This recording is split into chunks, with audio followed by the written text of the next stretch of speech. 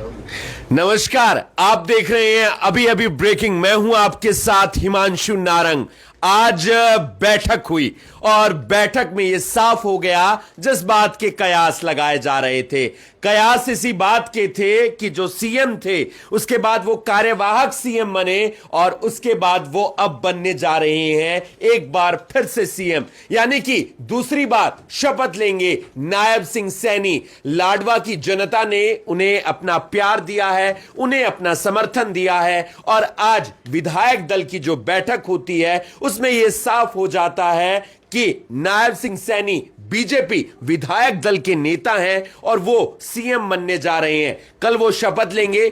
आपको बता दें कि पर्यवेक्षक अमित शाह गृह मंत्री वो यहां पर आए, साथ ही साथ मोहन यादव मध्य प्रदेश के मुख्यमंत्री पर्यवेक्षक के तौर पर वहां पर पहुंचे और केंद्रीय शहरी विकास मंत्री मनोहर लाल, करनाल लोकसभा से सांसद और नायब सिंह सैनी के नजदीकी, वो भी वहां पर पहुंचते हैं और मीटिंग होती है। तमाम 48 विधायक बैठे होते हैं, प्रदेश अध्यक्ष बैठे होते हैं, एक सीनियर नेता अनिल विज और कृष्ण बेदी जिन्होंने चुनाव जीता है, विधायक बन गए हैं, उन्होंने ये नाम का प्रस्ताव रखा कि नायब सिंह सैनी प्रदेश के मुख्यमंत्री होने चाहिए और उसके बाद सभी ने इस बात पर सहमति जता दी। कल शपथ लेंगे नायब सिंह सैनी और प्रधानमंत्री भी वहां पर मौजूद रहेंगे। लेकिन उससे पहले क्या कुछ जानकारी है, क्या कुछ अपडेट? बड़ी खबर, औपचारिक ही कहें, यह औपचारिक था। हिमांशु, बड़ी जानकारी लोगों तक पहुंचानी बहुत जरूरी है। पहली जानकारी ये कि नायब सिंह सैनी विधायक दल के नेता चुन लिए गए। उनके नाम का जो समर्थन किया या उनके नाम का जो प्रस्ताव रखा वो अनिल विज ने रखा और साथ ही साथ जो कृष्ण बेदी है उन्होंने रखा। बड़ी बात ये कि सुबह ही अनिल विज ने अपना नाम विड्रॉ कर लिया, कहने लगे कि मैं मुख्यमंत्री की रेस में नहीं हूं। पहले दबाव बनाने का प्रयास था, शायद उन्हें भरोसा मिल गया या तो वो मंत्री होंगे या फिर वो स्पीकर होंगे।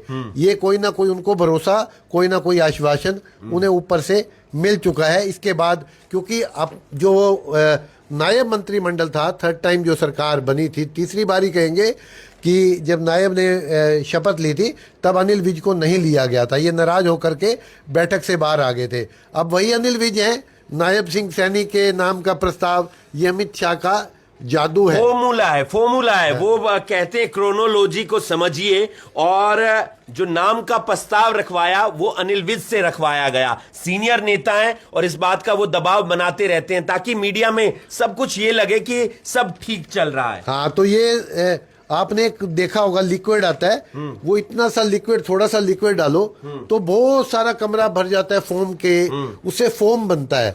तो शायद लगता है अमित शाह के पास ऐसा कोई फॉर्मूला है कि वो फॉर्मूला काम भी करता है। हरियाणा की बात करें या किसी और बाकी राज्य की फॉर्मूला काम करता है।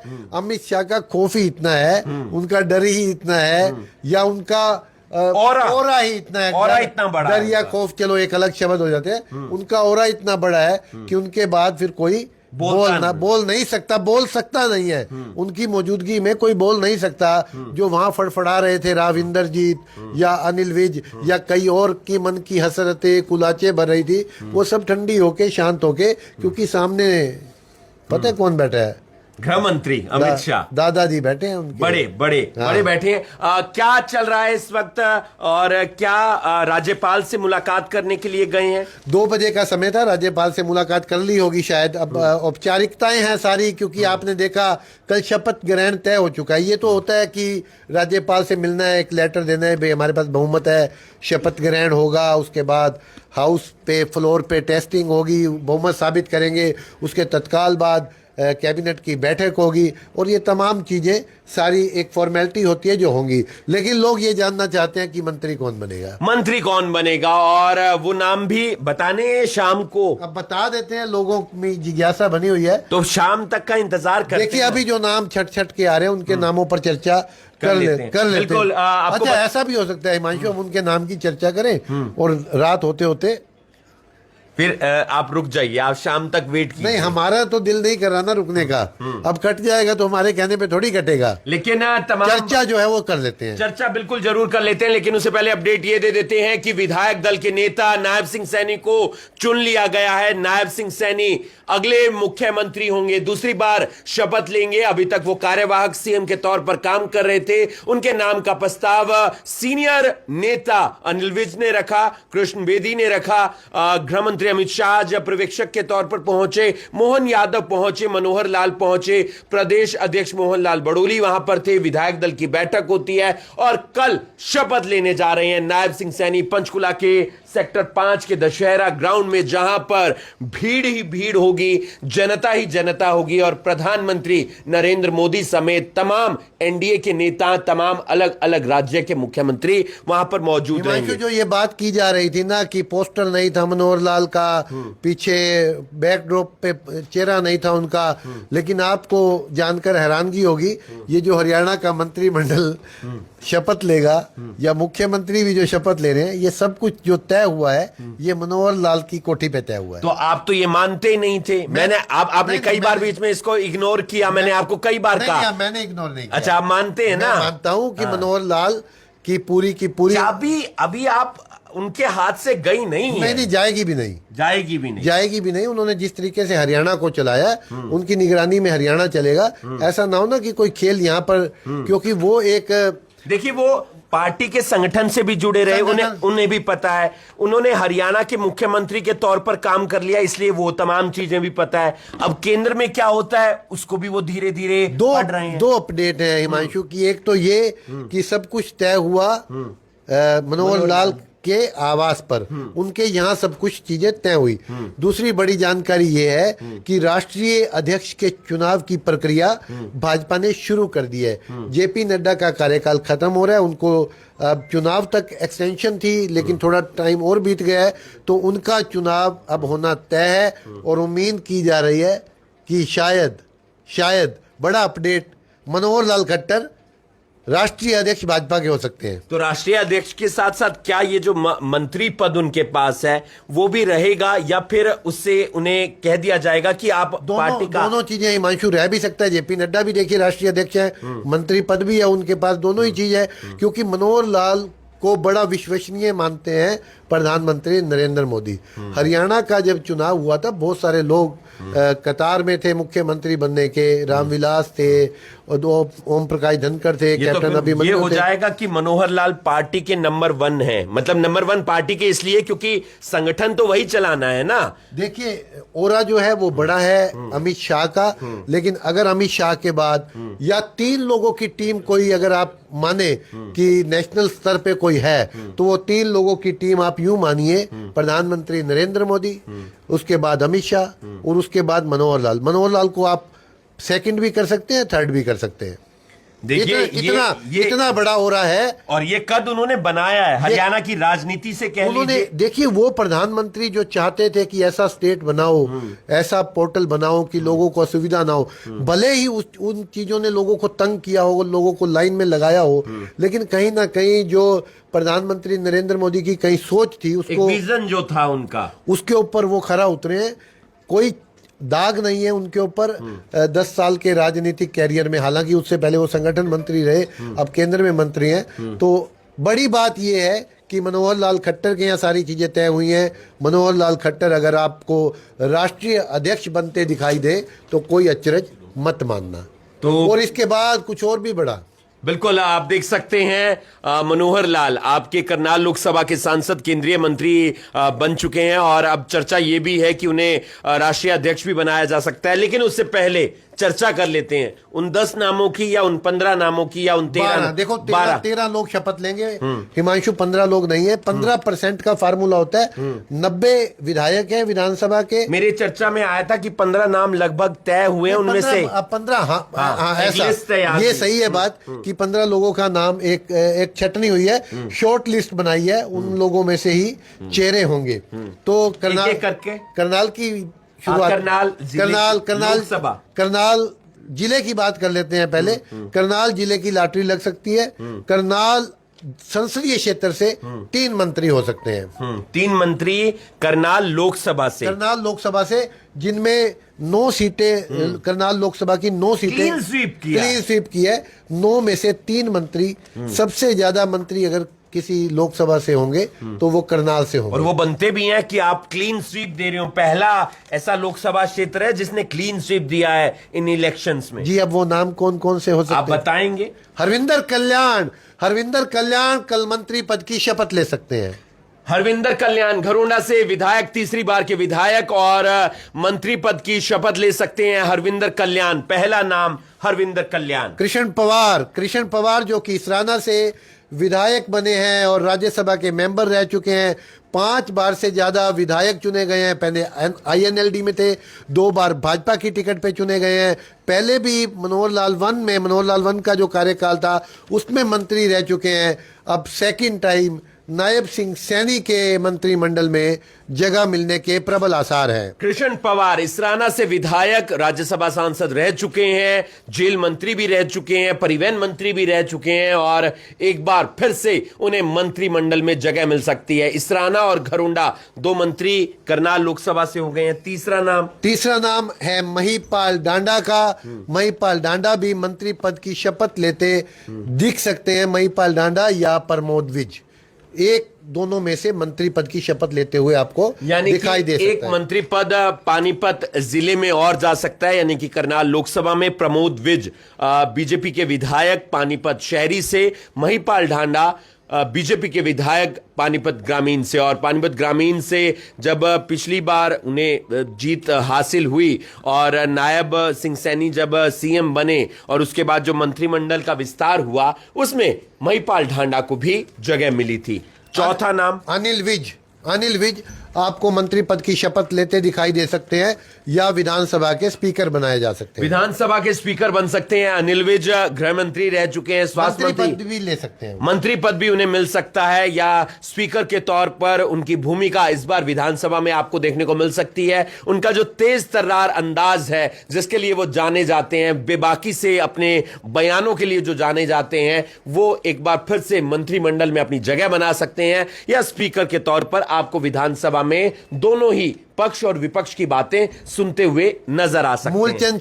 मूलचंद शर्मा बल्लभगढ़ से जो विधायक चुने गए हैं वो मंत्री पद की कल पहले परिवहन मंत्री भी वो रह चुके हैं। दोनों कार्यकाल में वो मंत्री रहे हैं और तीसरी बार के विधायक हैं और वो मंत्री पद की शपथ ले सकते हैं। मूलचंद शर्मा बल्लभगढ़ से विधायक चुने गए हैं और परिवहन मंत्री वो मनोहर लाल की सरकार में रहे, नायब सिंह सैनी की सरकार में भी वो मंत्री रहे और एक बार फिर से उन्हें मंत्री पद मिल सकता है। मूलचंद शर्मा बल्लभगढ़ से बीजेपी के विधायक। बिमला चौधरी जो है वो राव इंद्रजीत के खेमे से आती हैं, उन्हें मंत्री पद मिल सकता है। बिमला चौधरी जो साउथ हरियाणा से बनी हैं विधायक और राव इंद्रजीत के खेमे से आती हैं, उन्हें भी मंत्री पद दिया जा सकता है। महिला के तौर पर भी हम देख सकते हैं इसे। और यह भी कहा जा सकता है कि राव इंद्रजीत जिन तमाम नेताओं को मंत्री बनाना चाहते हैं विधायकों को, उनमें एक नाम बिमला चौधरी का। राव नरबीर को मंत्री बनाया जा सकता है। बादशाहपुर से विधायक चुने गए हैं। सबसे ज्यादा वोट पूरे प्रदेश में कहीं पर हैं किसी एक कंस्टिट्यूंसी में तो वो बादशाहपुर की कंस्टिट्यूंसी है। 5 लाख से ज्यादा विधानसभा के वोट हैं इस कंस्टिट्यूंसी में। हालांकि राव इंद्रजीत के दुर्विरोधी माने जाते हैं लेकिन केंद्र में पकड़ मजबूत है। मनोहर लाल के भी चहेते माने जाते हैं, अमित शाह के भी चहेते माने जाते हैं।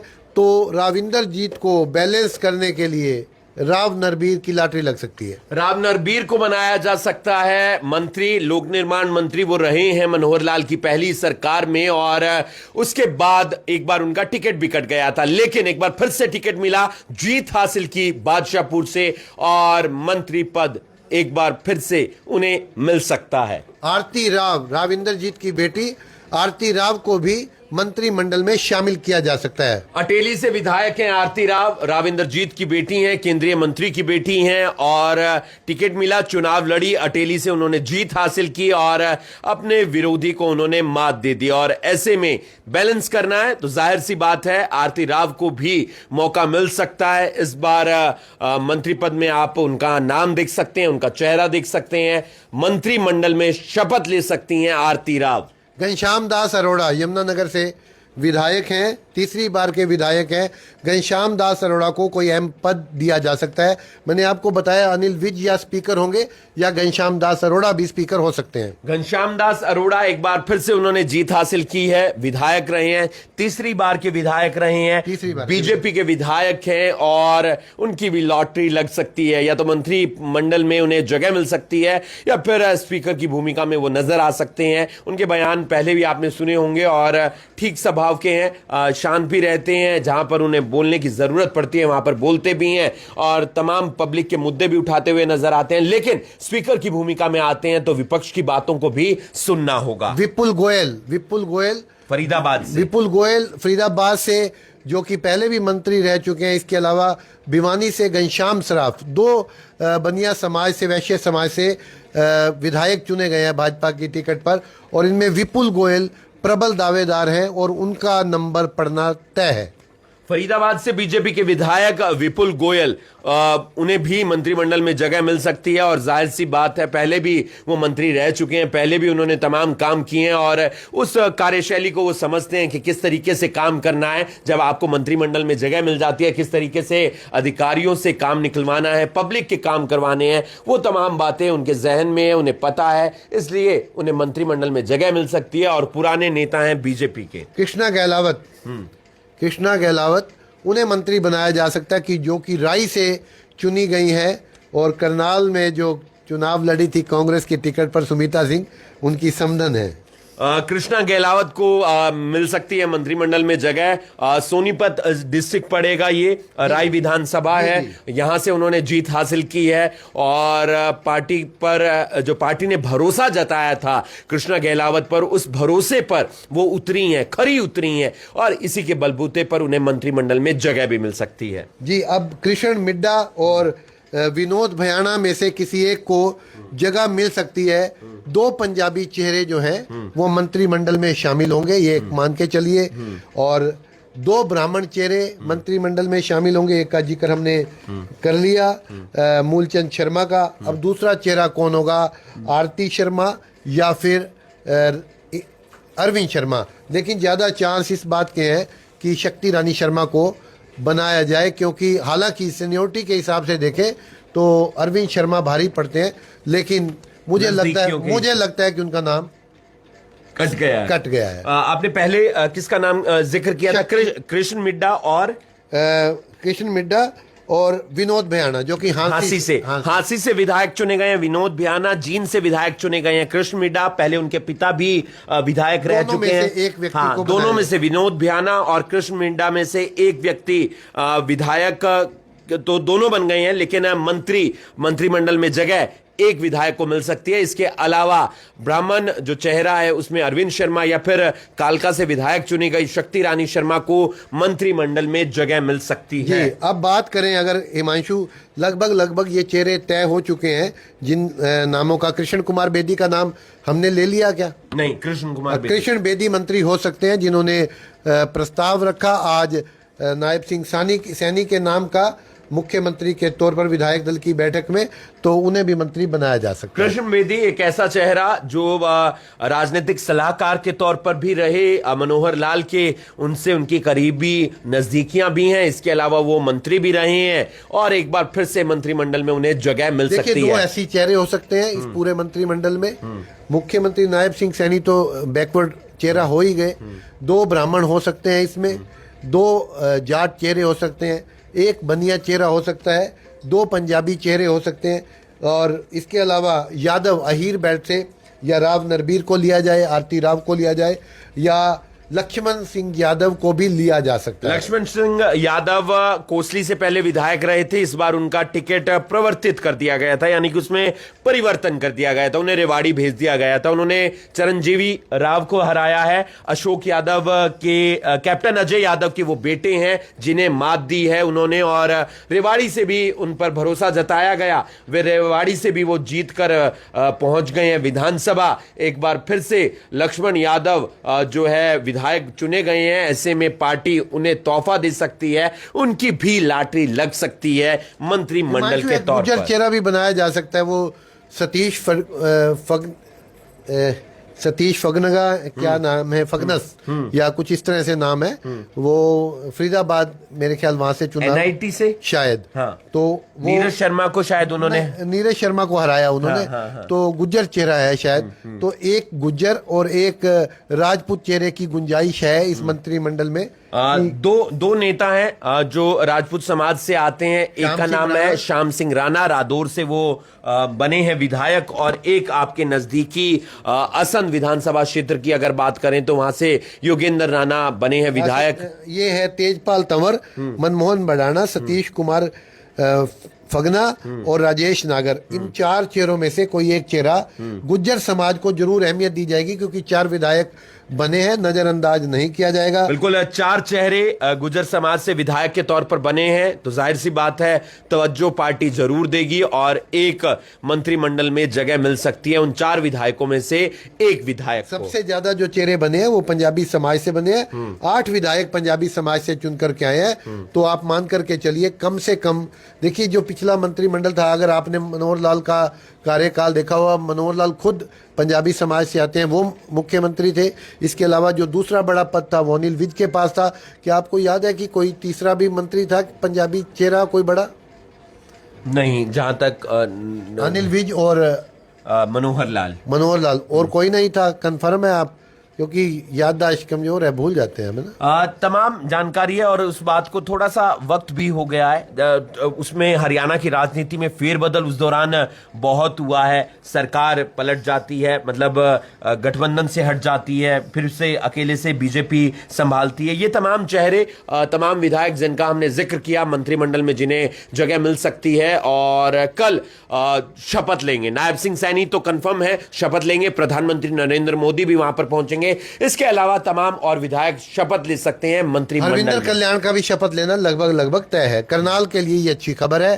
करनाल संसदीय क्षेत्र से 3 मंत्री कम से कम बनेंगे। ये एक बड़ी बात है, क्योंकि करनाल जो है पहले मुख्यमंत्री सिटी रहा है। करनाल जो है, करनाल विधानसभा, तो कोई ना कोई यहां से भरपाई करते हुए आपको सरकार नजर आएगी। कोई और जानकारी जो आप देना चाहें? बस कल चलेंगे, छोले पूरी खाएंगे, लड्डू खाएंगे, देखेंगे कि स्वाद कैसा है। और ये जानकारी आ रही है कि 2000 बसों का इंतजाम किया गया पूरे स्टेट से, और सबसे ज़्यादा जो बसें जाएंगी वो करनाल से जाएंगी। शायद 250 बसें करनाल से जाएंगी, और जिसमें करीब करीब आप मानिए कि 40-45 लोग अगर एक बस में जाते हैं तो 10,000 के करीब तो बसों में ही लोग जाएंगे। इसके अलावा अपने पर्सनल व्हीकल से भी लोग जाएंगे। 10 से 15,000 लोग, 20,000 भी हो सकते हैं। इतने लोगों के करनाल से पंचकुला जाने की संभावना है। करीब 250 बसें करनाल से जाएंगी, और इसके अलावा जो अलग अलग वाहन हैं वहां पर तमाम जो कार्यकर्ता हैं, नेता हैं, वो लेकर जाएंगे। एक बस में करीब 45 लोग बैठेंगे, वो जाएंगे। और कल होगा शपथ ग्रहण समारोह सेक्टर 5 में दशहरा ग्राउंड पंचकुला। प्रधानमंत्री नरेंद्र मोदी वहां पर पहुंचेंगे, और उसके बाद एनडीए की भी मीटिंग चंडीगढ़ के ललित होटल में होगी, और वहां से रणनीति तय होगी झारखंड और महाराष्ट्र। नायब पार्ट 2 शुरू हो चुका है, और नायब सिंह सैनी ने बड़ा ऐलान किया है कि मेरे शपथ लेने से पहले जो HSCC की जो भर्तियां लटकी हुई थी या जिनका रिजल्ट घोषित होना था, वो मामला कोर्ट कचहरियों में पहुंच गया था। उन्होंने कहा मैं शपथ लेने से पहले नौकरी का रिजल्ट आउट कर दूंगा।